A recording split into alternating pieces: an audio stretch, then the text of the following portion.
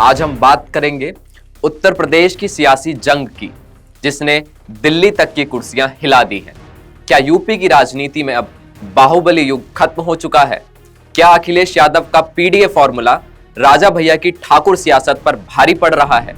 आज बात सिर्फ वोट की नहीं, बात वर्चस्व की है। एक तरफ है कुंडा के दिग्गज राजा भैया और दूसरी तरफ है मिशन 2027 में जुटे अखिलेश यादव। और इसी बीच मायावती का वो मास्टर स्ट्रोक जिसने अखिलेश यादव से लेकर बीजेपी तक की टेंशन भी बढ़ा दी है। आज आपको बताएंगे कि यूपी की राजनीति का वो सच जो अखबार की सुर्खियों में नहीं बल्कि जमीन की धूल में छिपा है।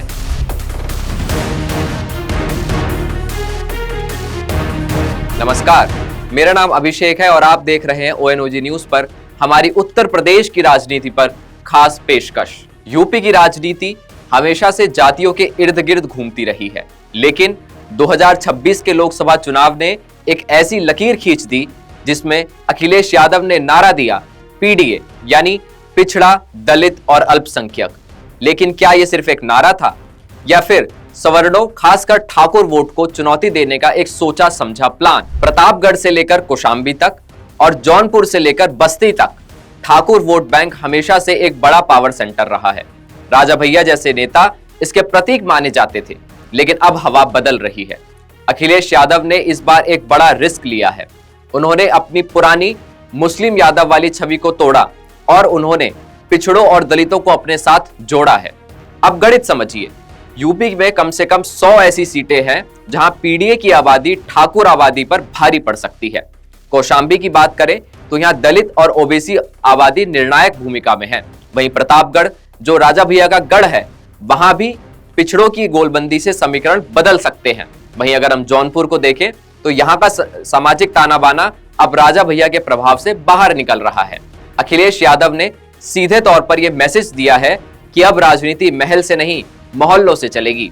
आपको बताएं कि अखिलेश यादव और राजा भैया के बीच कभी बहुत गहरी दोस्ती थी, लेकिन आज दोनों के बीच एक गहरी खाई है।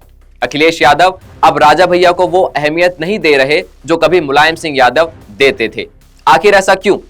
क्योंकि अखिलेश जानते हैं कि अगर उन्हें पीडीए को मजबूत करना है तो उन्हें उन चेहरों से दूरी बनानी होगी जो सामंतवाद या बाहुबली छवि से जुड़े हुए हैं। राजा भैया का प्रभाव केवल विधानसभा तक सीमित है या लोकसभा में भी उनकी चलती है? अगर हम देखें तो विधानसभा में राजा भैया निर्विवाद राजा हैं, लेकिन जब बात दिल्ली की आती है तो अखिलेश का पीडीए रथ राजा भैया की ठाकुर सेना को पीछे छोड़ देता है। अखिलेश यादव ने खुद को एक नेशनल लीडर के तौर पर स्थापित किया है। लोकसभा में उनकी स्पीच, उनके तर्क और उनके सहयोगियों का साथ ये दिखाता है कि अब वो सिर्फ लखनऊ के नेता नहीं रह गए।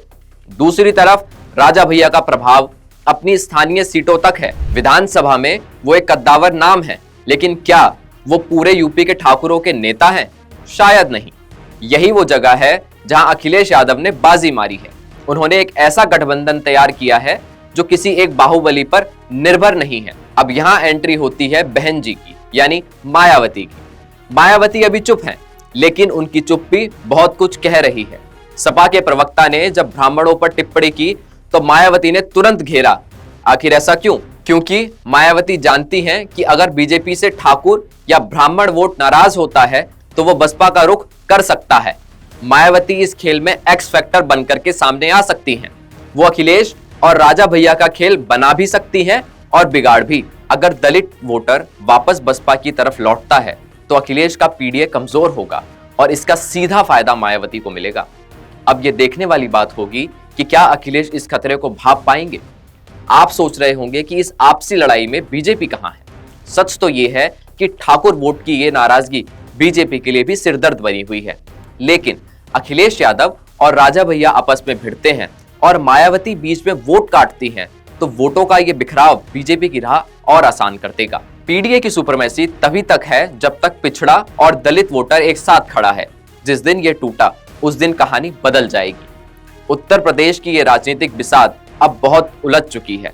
एक तरफ अखिलेश यादव का पीडीए है जो नई पहचान ढूंढ रहा है, तो वहीं दूसरी तरफ राजा भैया की साख है जो अपने अस्तित्व की लड़ाई लड़ रही है, और तीसरी तरफ है मायावती जो अपनी खोई हुई जमीन वापस पाने की ताक में है। क्या 2027 में पीडीए का यह नया प्रयोग बीजेपी के किले को भेद पाएगा या फिर राजा भैया का ठाकुर स्वाभिमान अखिलेश के इरादों पर पानी फेर देगा?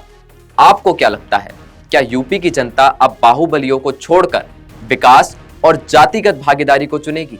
अपनी राय कमेंट में हमें जरूर बताएं और यूपी की हर बड़ी राजनीतिक अपडेट के लिए हमारे साथ बने रहिए। नमस्कार।